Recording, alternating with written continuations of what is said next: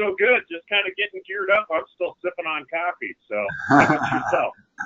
Okay. Shall we start at the beginning here?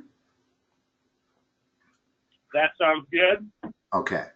Let me turn your volume up a little bit. It's down. So, when they give you a list of prime or numbers and they say which is the following is a prime number, the best thing to do is to see if you can divide it by prime numbers. In other words, it's good to know the first few prime numbers. Okay? Right. I list the first few prime numbers. That will usually be enough to tell you whether a number is prime or not. In other words, if I can divide it by any of these four numbers, it's not prime. Obviously, the definition of prime is it can only be divided by one and itself. And if I cannot divide it by those four numbers, then it probably is prime as long as it's not something like 121. 121 is not prime because it can be divided by 11. So the bigger numbers they're asking about, the further you have to try these numbers. Usually that'll be enough. Notice that 53 is not divisible by 2, 3, or 5. Whereas 52 is divisible by 2, 51 is divisible by 3, and 50 is divisible by 2. Right. So usually a simple test dividing it by 2, 3, and 5 will suffice. Okay. Let me scroll down a little bit here.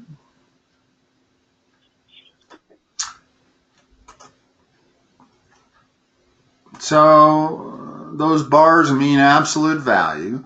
So if the absolute value of x equals 3, first of all, what is x equal to?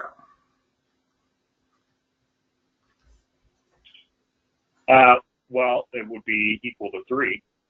Well, here's the way you handle absolute value. Mm-hmm. You make two equations out of it. One equation, x equals 3, or x equals minus 3. It's always whatever is inside the absolute value sign. Now, right. Let me make it just a little bit more complicated to show you why you need to do it using this method. Because, quite frankly, it's pretty easy. If I just say x equal 3, absolute value of x equal 3, it's pretty easy to figure out that it's 3 or minus 3. But yep. They're probably going to make it a little more complicated for you. If I said the absolute value of that equals 10, can you tell me what x is right off the get-go?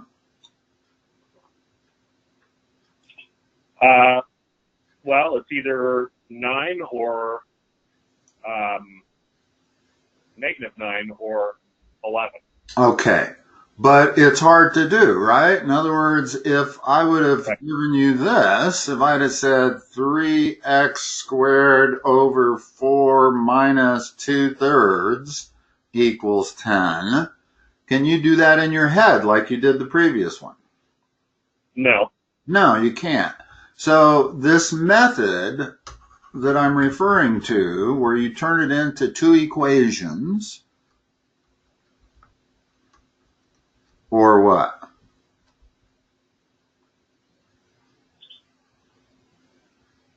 In other words, the first equation is always exactly what you see minus the absolute value signs. Second equation is what? Never change what's inside the absolute value marker. So negative x? No, never change what's inside. So the second part is x minus 1 equals, what you change is the sign on what's on the right side of the equation. Okay, gotcha. Now, when you solve both of those equations, you get your two answers.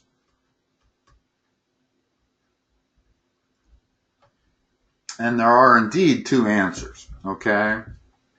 So this method right here, where you turn it into two equations, you put an or between them. I write them horizontally because I know I'm going to have to solve them vertically. You're used to solving equations vertically. So whenever you see this absolute value sign, probably that should be your first step. And it gets a little bit more complicated if it's an inequality. I don't know if you've covered those yet. We'll see if we run into any of them. Okay, so back to this problem. If absolute value of x equals 3, well then x equals 3 or x equal minus 3. Now, what is 3 minus x going to equal? Using that solution, what would it equal? Well, it would equal 0. Okay, and using this solution, what would it equal? It would equal, let's see, 3, negative 3, that would be 6. Correct. Okay. And that's what they've check marked there. Are these green check marks yours, or is that just the answer? They are. So I have an online study guide that I paid for the test. So I copied and pasted it all out of there. Okay. So I took 2 practice tests, and I've got 4 more. So my hope is that I'll continue to improve as we review them. Okay. I'm not sure how deeply to go into these things. Like this particular problem here, I mean, you can do it in your head to figure out that x is equal to 3 or minus 3. You don't have to use that more complicated method. But the harder these get, the more that more complicated method is required. So, I think everything's going to be pretty basic, and I'll be honest with you. It's kind of like what I said earlier this week. Is really it's a matter of knowing the stuff well enough to reason through to find the most probable answers, since it'll all be multiple choice. And then secondly, the university gives you the 3 credits as long as you pass with above a 50% on the test. Okay. So I'm really close to above a 50% after running through 2 practice tests. You know, if I'm at a 70 when I sit for the test, I'm pretty confident that I'm not going to have a problem with credits. Okay. Okay. When I come across a question, I might expound on it very little, just because I know that the question isn't going to be this simple. That is the definition of I, is the square root of -1. And the reason they call it an imaginary number is because there is no number that multiplies together by itself to equal -1. So you can't really take the square root of negative numbers. They've invented this imaginary number system because it turns out to be very, very valuable in higher math. The only thing that you really want to remember here, not only is that I equals the square root of -1, but what does I squared equal? That's you're going to encounter that more often. It's just 1. It's -1. -1. Yeah, if I multiply the square root of -1 times the square root of -1, you get, whenever you multiply the square root of anything, you get the anything. In other words, if I say square root of 17 times square root of 17, it's equal to 17. If I say square root of 8 times square root of 8, it's equal to 8. So remember these, which makes I squared the square root of -1 times the square root of -1, which is equal to -1. Okay. So in a square root circumstance, you're not looking at positive and negative and making a determination as to whether or not it multiplies out. No, positive or you negative? start with there every time. Okay. Now, if they ask you what I squared is, it's that times itself. If they ask you what, I doubt that they would ask you that, but that would be I squared times I, so that would actually be negative I. Okay. There are lots of problems where you have to know that I squared is negative 1. Okay. When you're multiplying complex numbers, when you're dividing complex numbers, it comes up all the time. And whenever you see I squared, it's no longer an imaginary number. It's a real number. I squared is negative 1. That is a real number. Okay. Gotcha.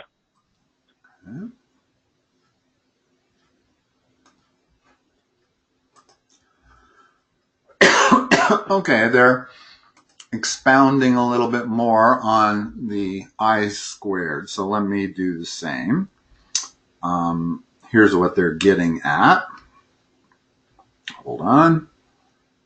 Oh, I've already got it up. Yeah. So if I equals square root of negative 1, and I squared equals negative 1, and I cubed equals negative I, because that's negative 1 times I, and I to the fourth is equal to what?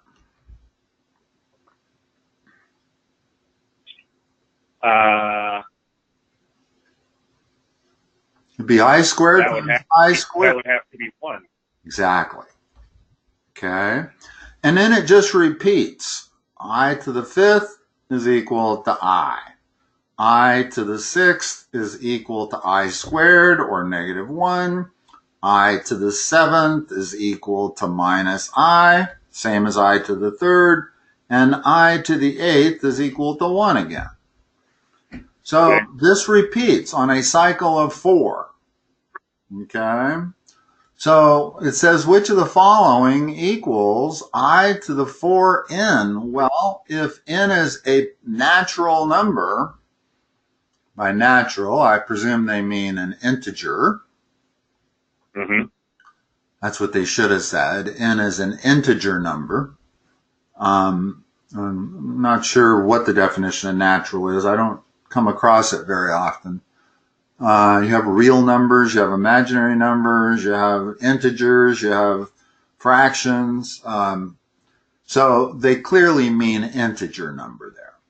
Because if you took I to 4 times any number you want to call a whole number, then it's always going to be equal to 1, right? In other words, in the first case, n is 1.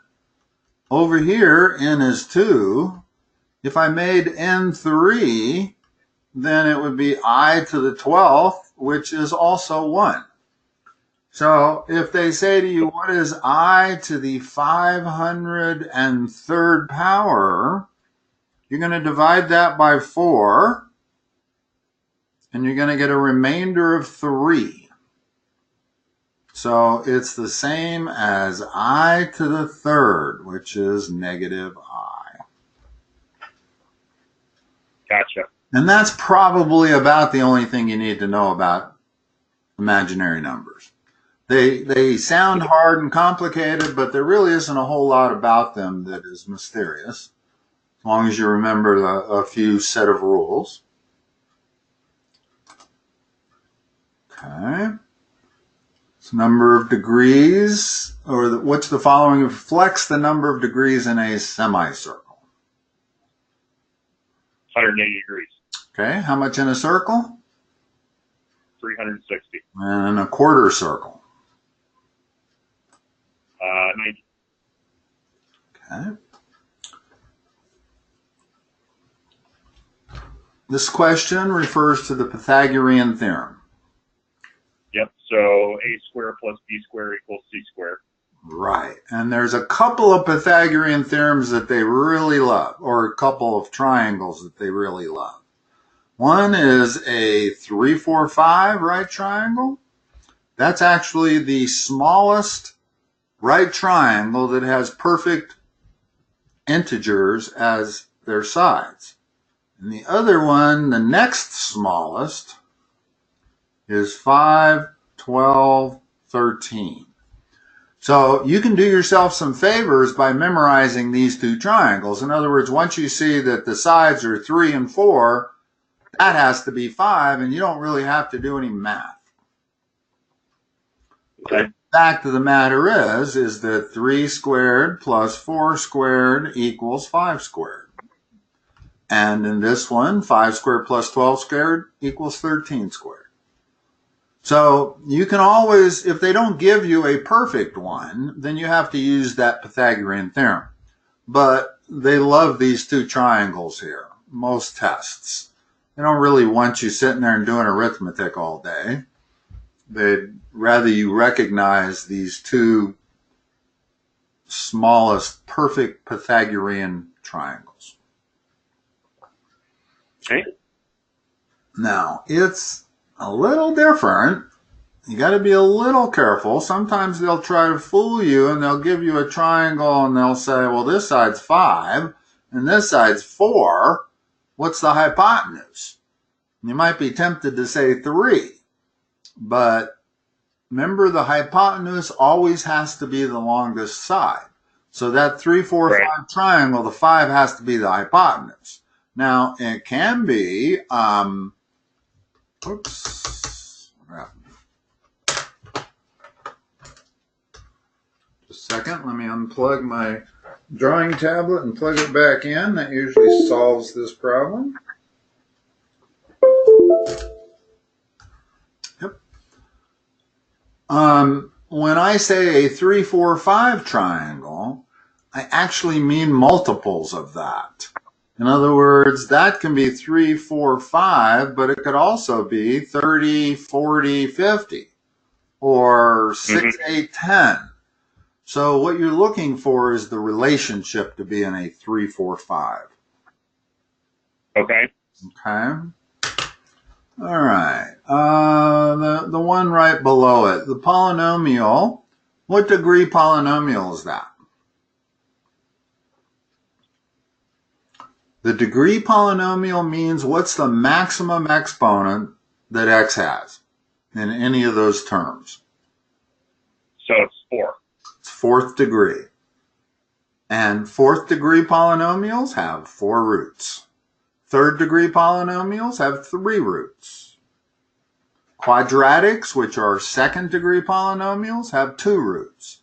And a linear function has 1 root. Right. So they're just looking for me to recognize the highest. Yes, which degree function it is.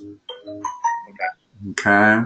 Now, they're not always different roots. If I told you y equals x squared, that's a 2nd degree function, and the only roots are 0.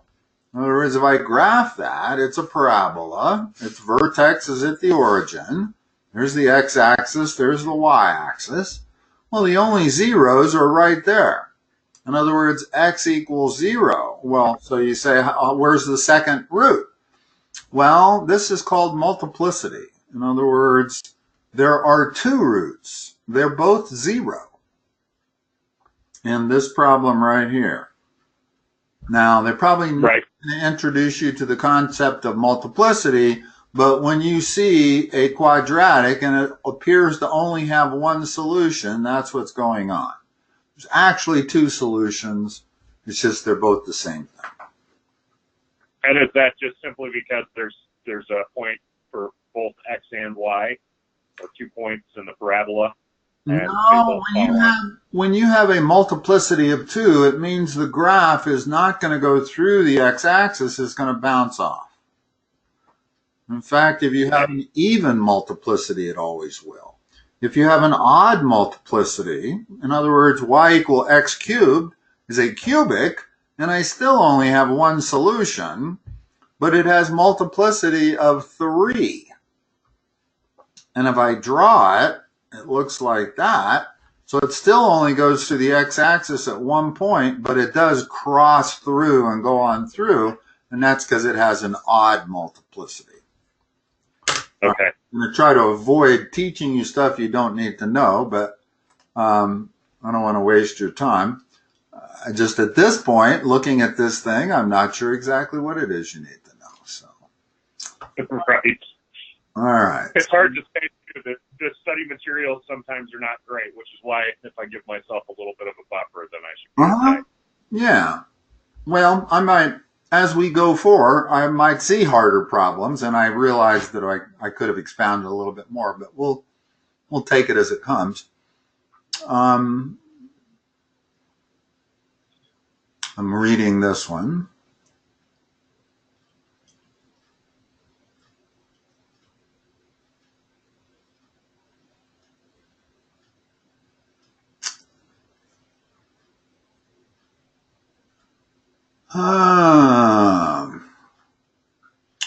So here's the key word.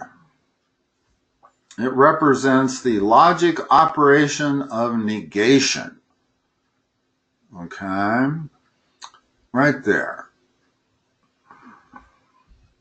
That's what that thing means. It represents negation. This thing represents conjunction. Conjunction you can think of as adding, negation as subtracting. Okay? So if A and B are true, it's kind of like saying they're both positive. Okay? But if I put that, it's going to add A to B, but that is negation. Well, the negative of true is false. So if I conjoin A with a negative B, it's not true, it's false.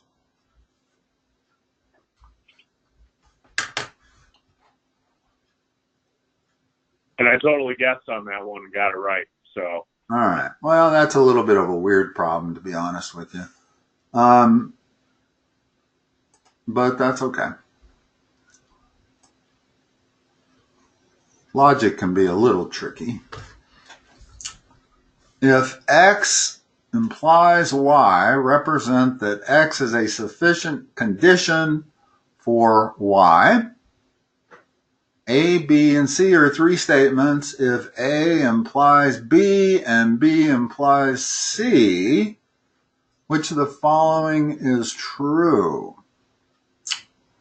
I'm not sure implies is the correct word.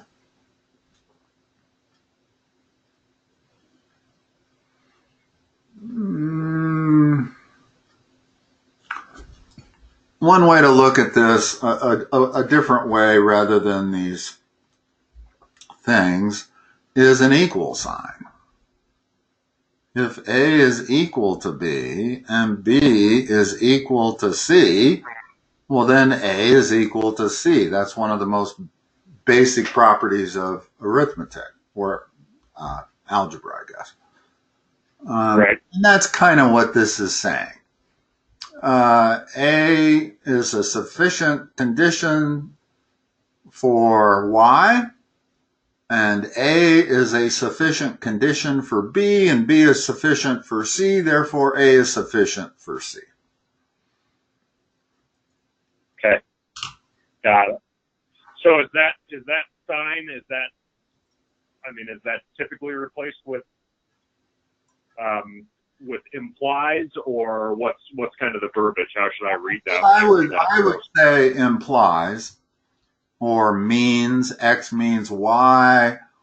Maybe an equal sign isn't quite the right way to do it, but for this particular problem, equal sign works just fine. I'm not sure I'm an expert on some of these logic terms.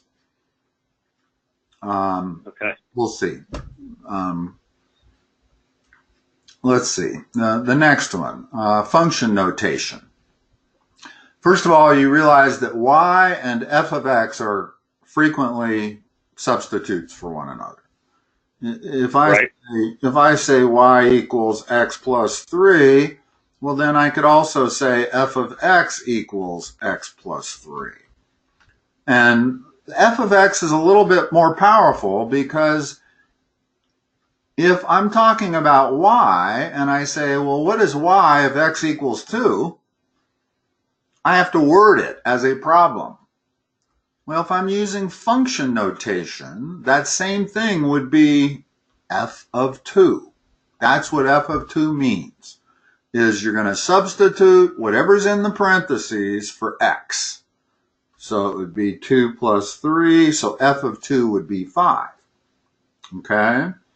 And I can't do that with y. It's not really correct to say y of 2. Okay? But so function notation's a little bit more powerful. Now, let's look at this. They're giving us the function. And so f of negative 3, what would I do? You're putting negative 3 in for x. Okay, tell me what to write. Negative 3, and then in parentheses, 3 plus 2, close parentheses.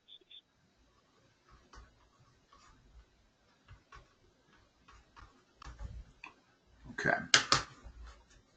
And that's all you do. And it doesn't matter. If they told me what is f of x squared plus 1, what would I do?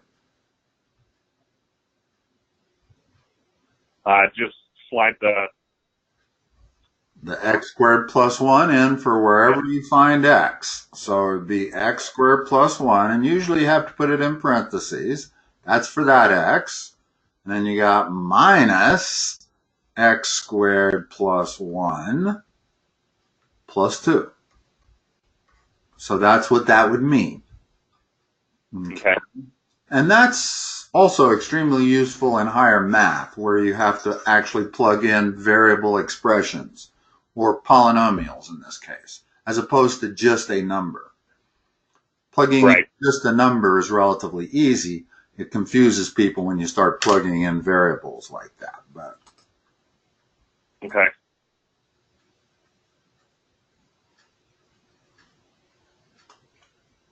Okay.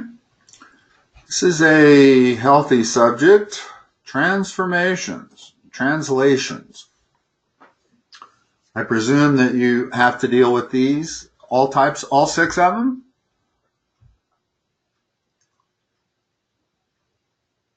Well, I don't know. Well, let me teach them to you. Okay. Clearly, you got to deal with one of them. There are 6. There are 3 horizontal and there are 3 vertical when I'm talking about transformations. Okay. Horizontals are always inside the function. Verticals are always outside the function. There are 3 horizontals. There is a reflection, which is a negative sign. And an example of that might be y equals minus x in parentheses squared. Notice the negative sign is inside the function. Okay? The other is a horizontal shift. And you get that. An example of that would be y equal x minus 2 squared. Notice that that is also inside the function. And third is you get a stretch. I'm going to call it just stretch for the moment. It actually means stretch or shrink. But that is inside the function.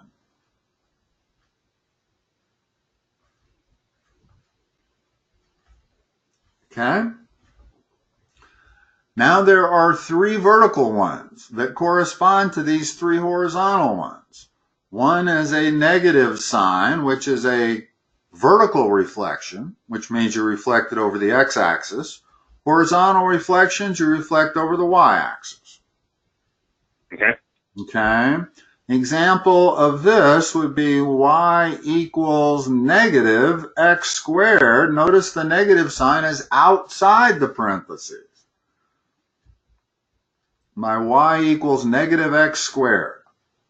Okay. That negative sign means it is a vertical reflection. Whereas over to the left, that negative sign, because it's inside the function, is a horizontal reflection. Now, on vertical transformations, you also have a shift. The only difference is this shift is outside the function. If I say x squared plus 2, notice that that plus 2 is not inside the function like the horizontal one was.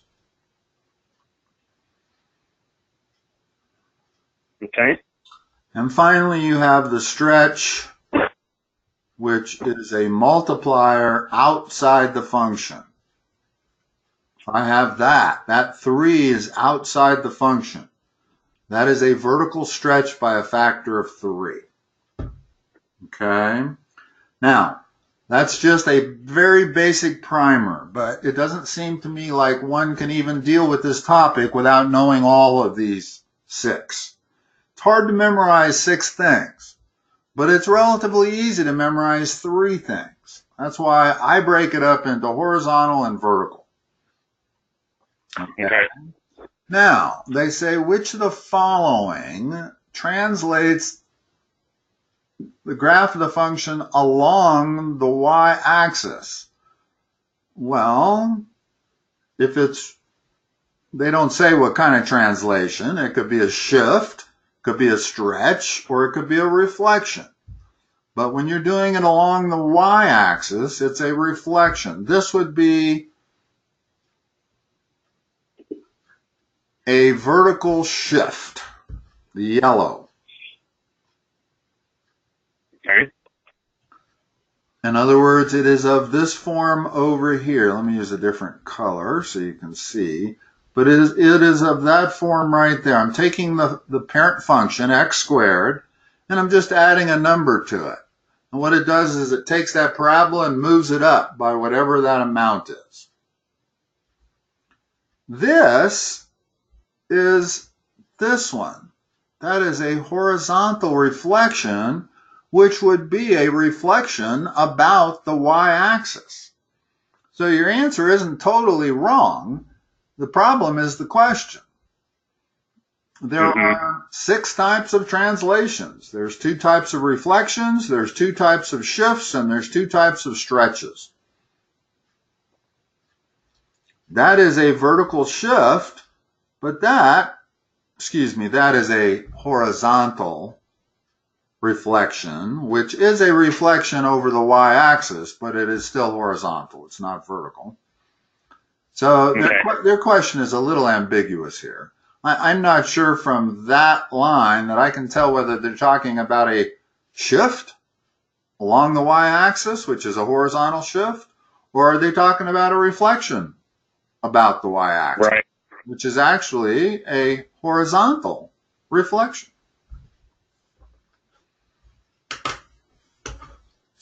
That is a vertical shift.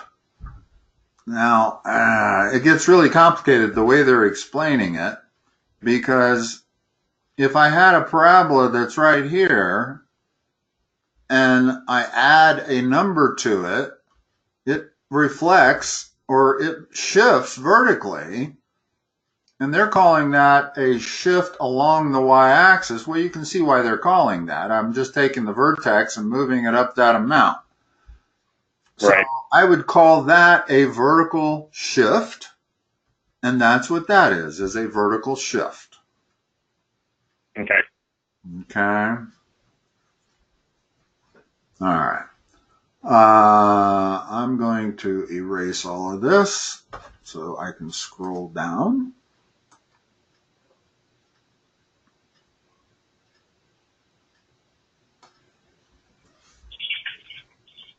Okay. Certain rectangular box. All right. Let me draw a basic picture here. Whoa.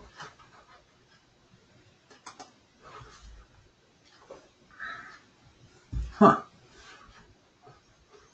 Don't want that stuff. Hide agenda. Hold on a second.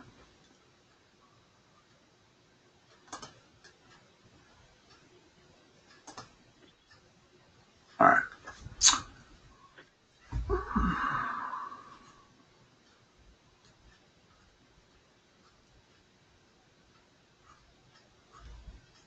Here's our rectangular box. Has a volume of 144 cubic inches. How do you get the volume if my dimensions on the rectangular box are x, y, and z? What would the volume be?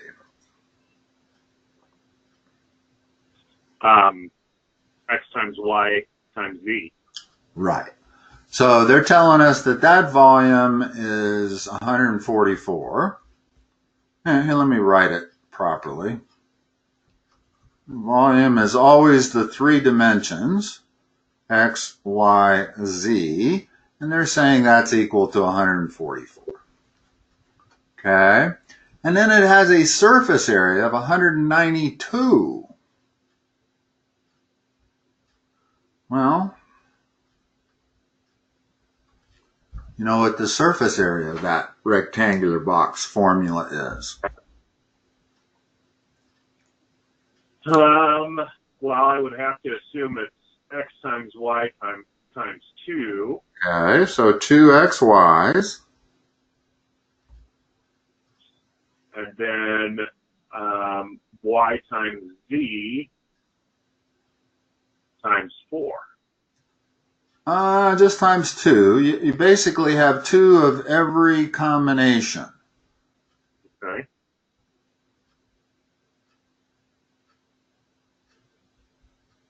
In other words, that face right there, we'll call that number 1, is x times y. There's 2 of them. There's front and back. This face, right, number 2, is y times z. And there's 2 of those. And number 3 is x times z. And there's 2 of those. Gotcha. Okay.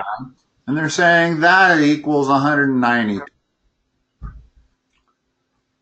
Okay, and they keep giving us more relationships and a height 1 inch greater than its width. So what can I say now? Y equals what? 1 plus, or x plus 1. Yeah, or 1 plus x, okay? What is the distance from one corner of the box to the diagonal opposite corner? So they want this distance to that distance. Well, if we knew the dimensions of this box, that formula is, may not be that straightforward to everybody, but it's the distance of square root of x squared plus y squared plus z squared. That's what that diagonal is. Okay. Okay. It's kind of like the Pythagorean Theorem, if you think about it. If you were dealing with just a triangle in 2 dimensions, it'd be the square root of x squared plus y squared would be the diagonal. Well, a diagonal in 3 dimensions is similar. It's the square root of all 3 dimensions squared added together. Okay. Okay. Now, this problem is not that difficult, but it's fairly complicated. First of all, I'm going to go through my 2 equations. Remember, I have 2 equations. There's one equation and there's another equation. Okay? Unfortunately, I have 3 variables. If you do not have the same number of equations as you have variables, you can't solve it. Well, in this case, I have a third equation over here. So there's my third equation. And what that's going to allow me to do is substitute wherever I come across y. I'm going to substitute 1 plus x. And then I'm going to have two equations and two variables. And I'll be able to solve it. And once I solve for x, y, and z, then I can apply this formula up top, and I'll have the answer. Okay. I do not know an easier way to do this. Let's just let me make some room. And I'm going to write these two key equations slightly different. It's going to be x times, instead of y, let's see, y was x plus 1, so y is x minus 1, right? No, it's x plus 1. Yeah. Height was 1 inch greater than its width times z. So that's equal to 144. And then down here for surface area, we got something equal 192. What is it? Well, it's 2x times x plus 1 plus 2y, and y is x plus 1 times z plus 2xz. There's no y in that third equation. Mm-hmm. Okay. So, all right. Now, let me erase the blue. We've rewritten it and simplified it a little bit. But notice that I now have two equations and only two unknowns. So I know I'm going to be able to solve it.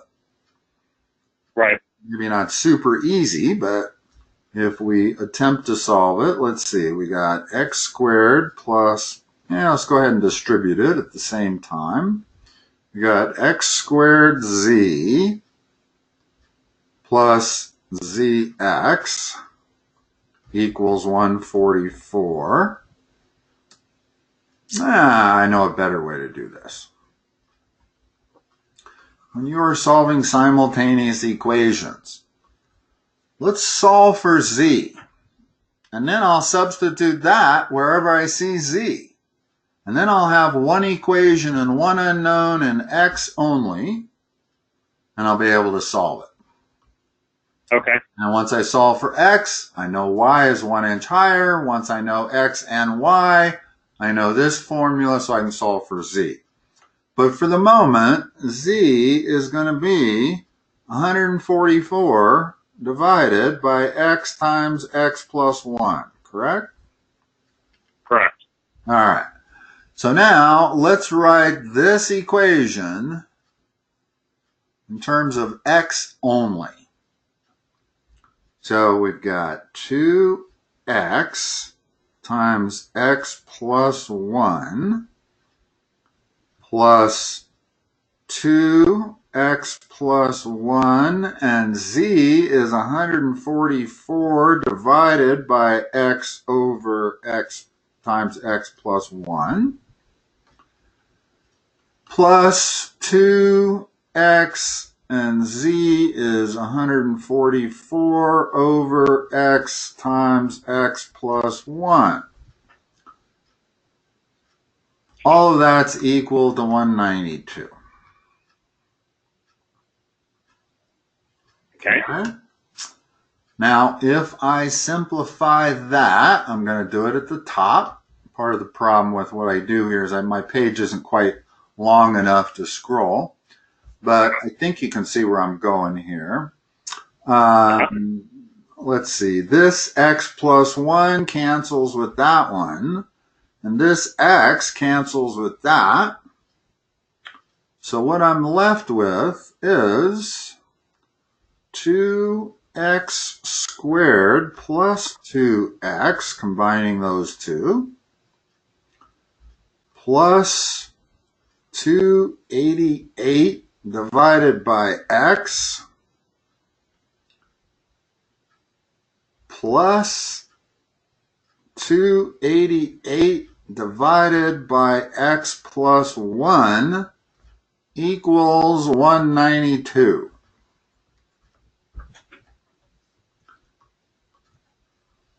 It's inconceivable to me that they would give you a problem this difficult. As you can see, I've spent 5 minutes on it, and we're only about halfway done. Yeah. So I'd be surprised. I would put it this way. I would never see a problem this difficult on the SAT test that high school takes to get into college. Right. And it's not going to even solve that easy. In other words, this is what I've got, and solving that is not a piece of cake. I could put it into Wolfram Alpha, and it would solve it. Are you familiar with Wolfram Alpha? I'm not. Okay, it's an online math database. You can put in all kinds of equations and formulas and calculations, and it'll do things like tell you where the zeros are and stuff like that. Okay. If I were going to solve this problem, I would have to multiply both sides by x times x plus 1 to get rid of those two denominators. And then I'm going to end up with a quartic. Because notice that when I multiply this term by x times x plus 1 to get rid of those two denominators, it turns into x to the fourth. So you're going to end up with an equation, x to the fourth plus some number of x to the thirds plus some number of x squareds plus some number of x equals 192, or some number. We'll call it e. Okay? And then you're going to have to solve that. And they haven't taught you how to solve quartics. So I'm beginning to get really puzzled how you're supposed to solve this problem. I would need a calculator to solve it. Maybe not. Let's see. Somehow we could find that formula as the square root of x squared plus y squared plus z squared.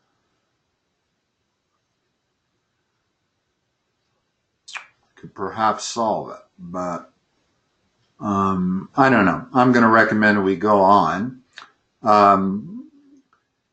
Just for your information, quadratics are easy to solve. Most people don't think so because they hate the quadratic formula. Do you know the quadratic formula, and do you know how to apply it? I don't think so. Okay, we may or may not need it. I won't bring it up until we come across a problem that requires it. But the fact of the matter is that any quadratic, which is a level 2 degree polynomial, is solvable by applying the quadratic formula. One step.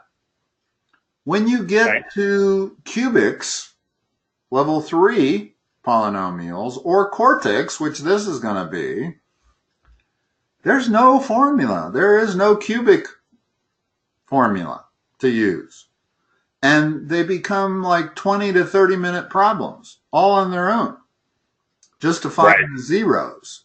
So finding the zeros is near impossible. And that's what we would have to do to figure out what x is to find the zeros of that. And that would tell us what x is, and then we'd know what y is, and then we'd know what z is, and then we could apply that formula and get our answer. So perhaps let me just take a quick peek at these answers to see if we could eliminate all of them. And then we would have our answer. The answer is obviously A. Right. Well, notice what that means. Remember when I was talking about the 5, 12, 13 right triangle? Mm-hmm. Well, notice that that diagonal is 13, and the volume is 12. It could be 12 times 12 times 1. Is our 144. Yeah. In other words, if we do the problem this way, and we make some assumptions, there's a volume of 144. I also suspect, no, that's not going to be the surface area. Surface area of that side alone would be 144. So all 6 of them are not going to be 192. So we can't really guess at this.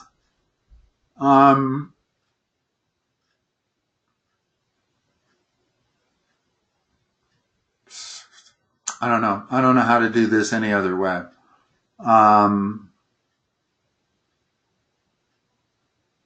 Well, I can eliminate that. I'm not sure I can eliminate that.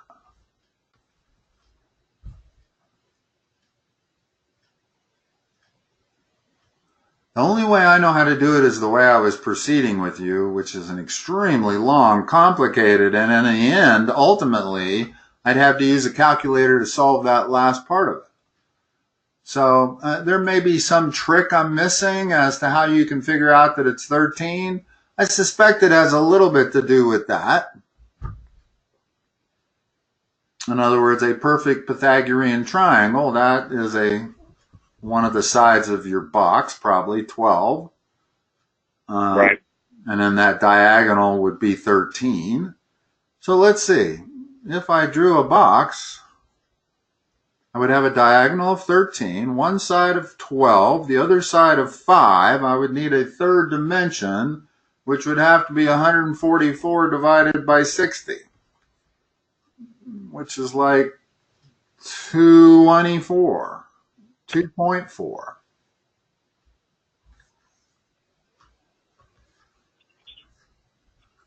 I know I'm spending too much time on this, but all of a sudden it intrigued me. In other words, if I use this triangle, it's 5, 12, 2.4. Now we might be getting somewhere. No,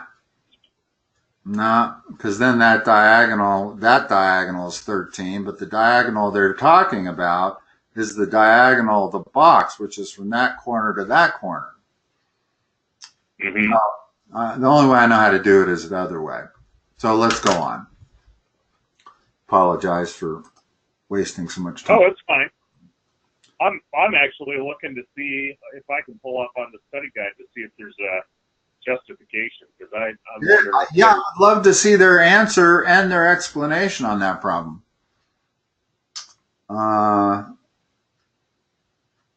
Yeah. Okay, let's have a look at this one. In the following truth table, A and B are two logic variables. C is the logic result of a certain manipulation of A and B. According to the truth table, which of the following represents the relationship of A and B? Well, again, I'm not familiar with this terminology. I took a logic course at Mines.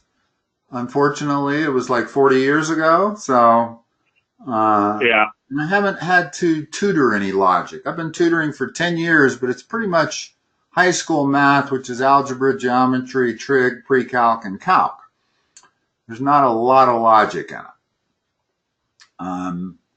Apparently, the answer is implication. I can't tell you why. Well, I could probably look up those terms, and if I have definitions for them, that I can memorize, that'll probably be helpful. Yeah. I'm not even sure I follow what they're trying to show there. So, in the interest of time, I'm going to try to skip ones that I can't really help you on. Okay. Which of the following is a composite number? It's square root of 36.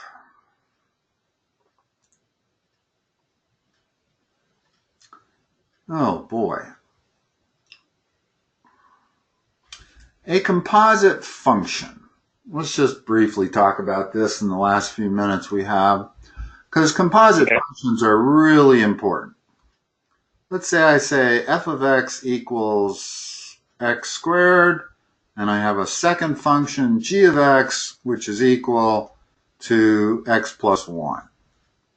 Okay? And now I say a composite function would be, what is f of g of x?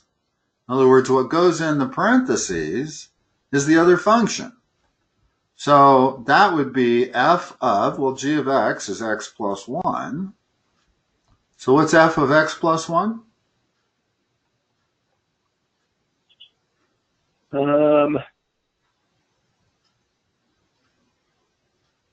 It's g. Well, I'm going to substitute whatever's in the parentheses into the f function. So, in other words, I'm going to go up to that function right there. That's the f function. And wherever I find x on the right side of the equation, I'm going to substitute x plus 1. So it's going to be x plus 1 squared. Okay. Now, pi, the only definition for pi really is the circumference of a circle divided by the diameter. So I know what a composite function is. I'm not sure I know what a composite number is.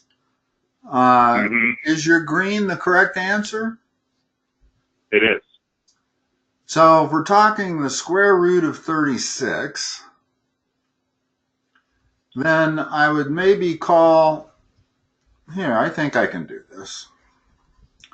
I would say that's 36, and that's square root of x. I have two functions. F of x is square root of x, and g of x, which is just a number, 36. Well, look at what the composite function would be the square root of 36. In other words, that's what g of x is. So instead of f of g of x, I would have f of 36, which is the square root of 36. So that's why that's called a composite number, because it's basically a combination of two functions. Okay. 1/3 is just g of x equals 1/3. So that is not a composite function. Pi is also not. But when you're talking about the square root of a number, now you're talking about two different functions, the square root function and the number function. Okay.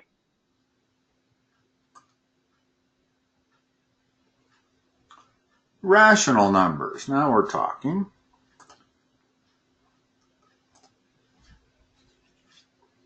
There's basically two types of real numbers, rational and irrational.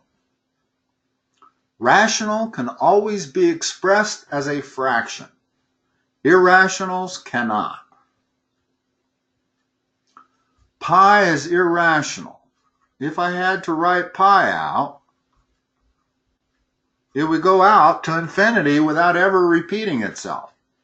So there's no way to write it as a fraction. In other words, if it stopped right there, then I could say 3 and 1459 over 10,000. That's a fraction. But it doesn't stop at 9. That's rounded off. So pi is definitely not rational. That is not rational. If you're taking the square root of any number and it does not come out to be a whole number, it's not rational. In other words, square root of 16 is equal to 4, that's rational. Square root of 15, there is no number, there's no fraction that when you multiply it by itself, it's equal to 15. So the only rational radicals are where that is a perfect square. So the square root of 4 would be rational, square root of 9 would be rational, square root of 16, square root of 25, square root of any other of these numbers in between there would all be irrational. Okay? So that leaves us with that, the log of 2. Well, what this means, have you had logs? I haven't. That shows up a couple of times in the study guide, so Okay. that's definitely something. We're gonna need a log session. I can probably explain logs to you relatively good in about 15 or 20 minutes. But basically, if I said that's equal to x, what that means is 10 to the x power equals 2. Well, that is not going to be a rational number. It's 10 to some exponent equals 2. That has to be some sort of a irrational number. If you look up logs in your calculator, you'll find they're all rounded off. They're all numbers like pi, 1, 3, 7, 6, never repeating, going out to infinity. That's kind of the hallmark of irrational numbers. And logs are very similar to radicals in that if it doesn't come out to be an exact number, in other words, if I have the log base 10 of 100, well, that's equal to 2. So that is a rational number because 10 squared equals 100. That's essentially how you convert a log. Is you set it equal to a variable, and then you figure out what that variable has to equal such that 10 to that variable equals what's in the middle, 100. Okay. Okay, so if logs come out to be a perfect whole number, it's rational. Most of the time it doesn't. It's just like most of the time radical signs don't. So these are both irrational, most of the time irrational, irrational. That is actually a fraction, 1/7. If you do 1/7 on your, well, excuse me, it's not 1/7, it's, yes, it is 1/7, or it's 1 1/7. It's 8/7. If you do 8/7 on your calculator, you'll get 1.414, and it repeats. 1414. So a repeating decimal can be a rational number. Okay. It's possible for it to be. If I divide 7 into 8, I get 1. No, that's 1, 1, 1, 1. Let's see. That is a fraction. I just can't think of which one it is at the moment. But a repeating decimal is very often a rational number. Okay. Okay. And the fact that they haven't followed that with dots. In other words, if it was a decimal that went on forever without repeating, they would put dots. When they end it completely and they say 1.414, well, clearly I can write that. That's 1 plus 414 over 1,000. There's my fraction. So that's the same as 1414 over 1,000. There's the fraction that number, that decimal is. 1414 over 1,000. I can write it as a fraction, therefore it's rational. Okay. Okay?